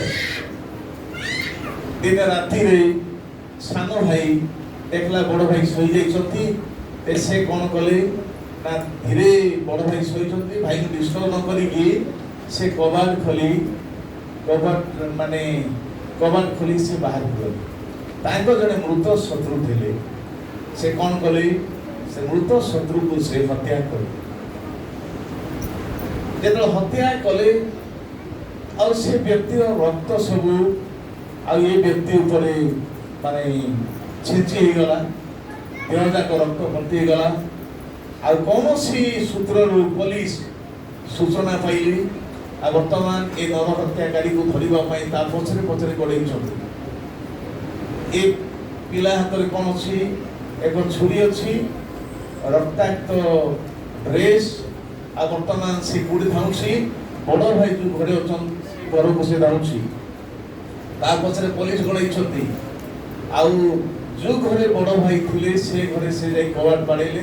ବଡ଼ ଭାଇ ଦେଖିଲେ ପିଲା ଦୁଷ୍ଟ ପିଲା ରାତି ଘଣ୍ଟାରେ ଉଠି ପୁଣି ଯାଇଛି, ସେ କେତେବେଳେ ଆସିବ ଆଉ ସେ ଗାଡ଼ା ଦେଇ ଶୋଇ ପଡ଼ିଛନ୍ତି। ଏ ବହୁତ ଜୋରରେ କବାଟ ବାଡ଼େଇଲା ବେଳକୁ ବଡ଼ ଭାଇ ଉଠିଲେ ଆଉ କବାଟ ଖୋଲି ଦେଖୁଛନ୍ତି ଯେ ପିଲା ହାତରେ ଛୁରୀ ଅଛି ଆଉ ତା ଡ୍ରେସରେ ରକ୍ତ ଭର୍ତ୍ତି ହେଇଛି। ତେବେ ଆଉ ଥରେ କବାଟ ବନ୍ଦ କରିଦେଲେ, କହିଲେ ତୋର ଦେହରେ ରକ୍ତ ଏଠି କାହିଁକି, ହାତରେ କାହିଁକି ଛୁରୀ ଧରିଛୁ? ସେ କହିଲା ଭାଇ ଆଉ ମୋର ଗୋଟେ ମୃତ ଶତ୍ରୁ ଗୋଟେ ଥିଲା, ମୁଁ ଚାହୁଁନଥିଲି ସେ ବ୍ୟକ୍ତି ବଞ୍ଚୁ ବୋଲି, ମୁଁ ତାକୁ ହତ୍ୟା କରିଦେଇଛି। ବର୍ତ୍ତମାନ ମୋ ପଛରେ ପୋଲିସ ପଡ଼ିଛି, ମୁଁ ରକ୍ଷା ପାଇବା ପାଇଁ ମୁଁ ଧାଇଁ ଆସିଛି। ଶୀଘ୍ର କବାଟ ଖୋଲ, ପୋଲିସ ମୋ ପକାଇ ଆସୁଛନ୍ତି। ବଡ଼ ଭାଇ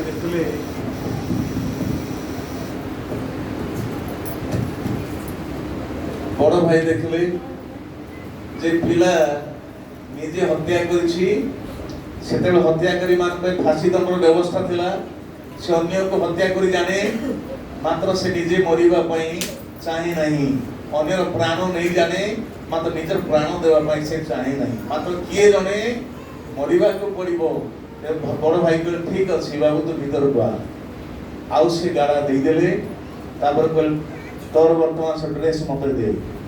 ସାନ ଭାଇର ଡ୍ରେସ୍ ବଡ଼ ଭାଇ ପିନ୍ଧୁଛନ୍ତି, ତୋର ଛୁରୀ ମତେ ଦେଇଦେ। ଆଉ ସେ ଛୁରୀ ଧରିଲେ ଆଉ କହିଲେ ଝରକା ଖୋଲା ଅଛି ତ ଶୀଘ୍ର ପଳା। ଆଉ ତୁ ତୋର ପ୍ରାଣ ବଞ୍ଚାଇ ଚାହୁଁଛୁ ଆଉ ମୁଁ ତୋ ଜାଗାରେ ମରିବି, ତୁ ଚାଲିଯା। ତାପରେ ସାନ ଭାଇ ସେ ବଞ୍ଚିବା ପାଇଁ ଚାହୁଁଛି, ସେ ପ୍ରାଣ ବଞ୍ଚେଇବା ପାଇଁ। ବଡ଼ ଭାଇଙ୍କର ଅବସ୍ଥା କ'ଣ ହବ ତାର ଟେନସନ୍ ନାହିଁ, ମାତ୍ର ତାର ପ୍ରାଣ କେମିତି ବଞ୍ଚିବ ସେଥିପାଇଁ ତାର ଟେନସନ୍। ସେ ଝରକା ଦେଇ ସେ ପଳେଇଲା। କିଛି ସମୟ ପରେ ପୋଲିସ ହାଜର ହେଇଗଲେ। ଆଉ କୋଉ ଘର ଭିତରେ ସେ ପିଲା ପଶିଛି ଆଉ ପିଲାକୁ ଟ୍ରାକ୍ କରୁଥିଲେ, ପହଞ୍ଚିଗଲେ। କବାଟ ବର୍ତ୍ତମାନ ଖୋଲା ହେଲା। ଦେଖୁଛନ୍ତି ବଡ଼ ଭାଇଙ୍କର ଦେହରେ ସେ ଡ୍ରେସ୍ ଅଛି, ରକ୍ତାକ୍ତ ଡ୍ରେସ୍ ଅଛି, ତାଙ୍କ ହାତରେ ଛୁରୀ ଅଛି।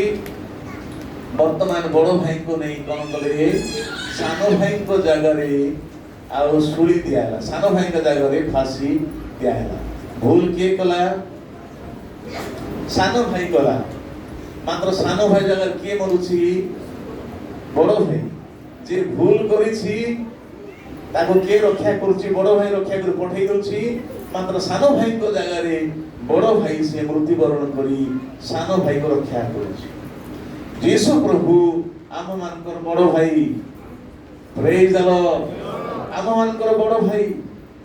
ଆପଣ ଦେଖନ୍ତୁ ଯେ ଆପଣ ମାନଙ୍କର ମୁକ୍ତି, ଆପଣଙ୍କର ପରିତ୍ରାଣ, ଆମଙ୍କର ପାପ କ୍ଷମା, ଆମଙ୍କର ଅନନ୍ତ ଜୀବନ ଏତେ ଗୁରୁତ୍ୱପୂର୍ଣ୍ଣ ଯେ ପ୍ରଭୁ ଦେଖିଲେ ତୁମେ ପରିତ୍ରାଣ ପାଅ, ତୁମେ ଅନନ୍ତ ଜୀବନ ପାଅ, ତୁମେ ପିତା ମିଳିତ ହୁଅ।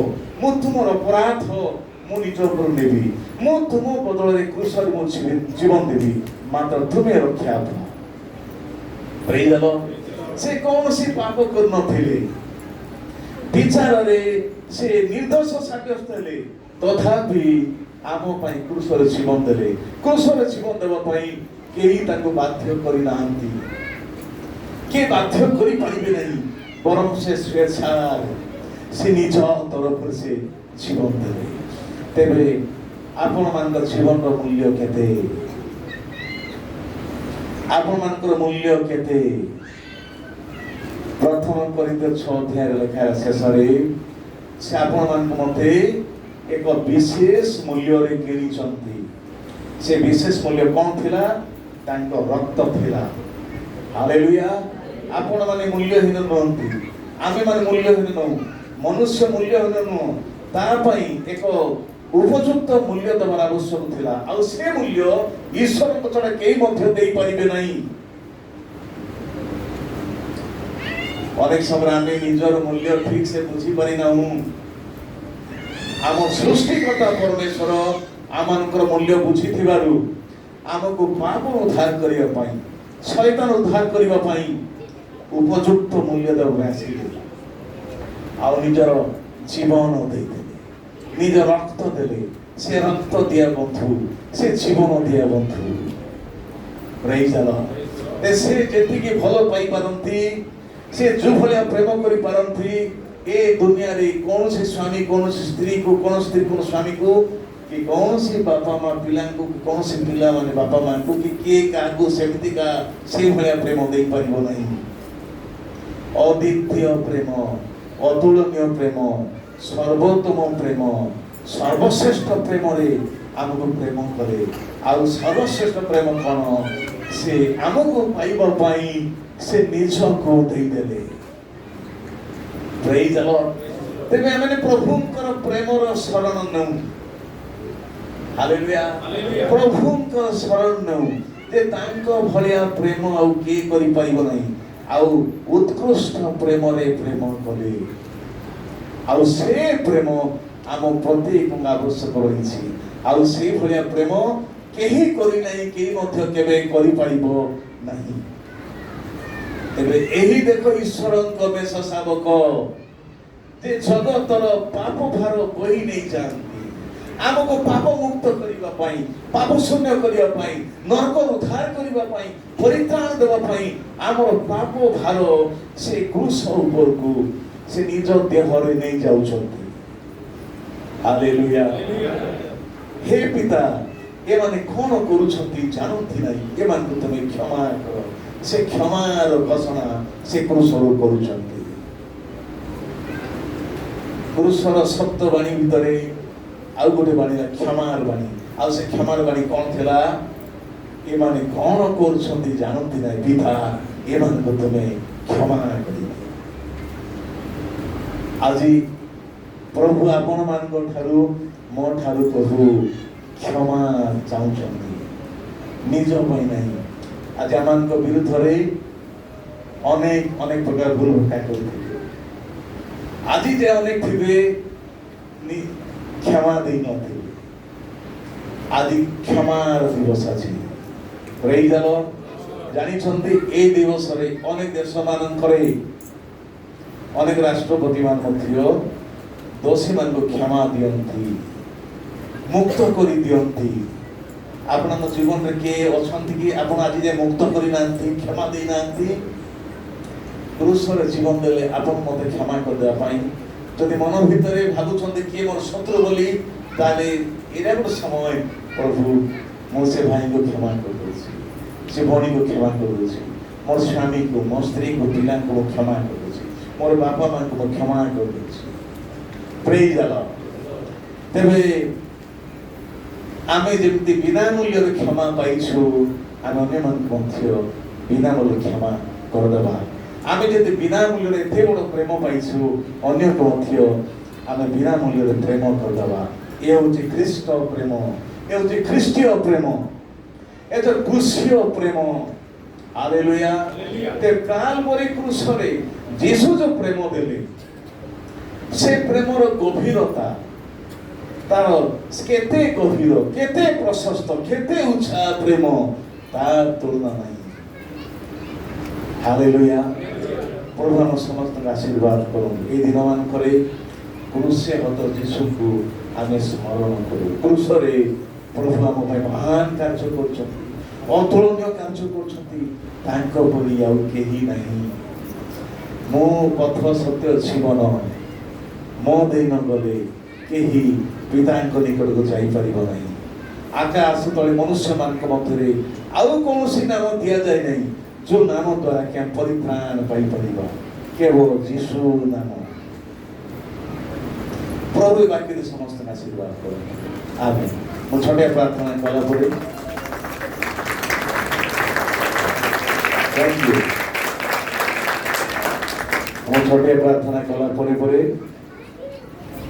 आम जो मूवी कथा कही बाबन अच्छा आम किसी समय आ से मूवी आड़ को से करेगा आमानंकर एकमात्र सत्य जीवंत पिता आमानंकर पाप क्षमा पाई कालवरी क्रूसरे आपनार एकमात्र पुत्र को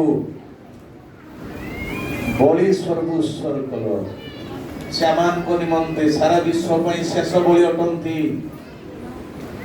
संपूर्ण बलि आ गोटे बलिदान रे आमानंकर पाप देश सबु दिन मार्जित हो जाइछि क्षमा हो जाइछि आउ थरे बलि हबार आवश्यक नहीं आई विशेष बलि पाई धन्यवाद ए शुभ शुक्रवार पाई धन्यवाद एकत्रित प्रत्येक प्रिय भाई भणी पिला छुआ युवा युवती पाई मो धन्यवाद दिए ए विशेष दिन देखिबार सौभाग्य दल तोर पुत्र जीशुंकर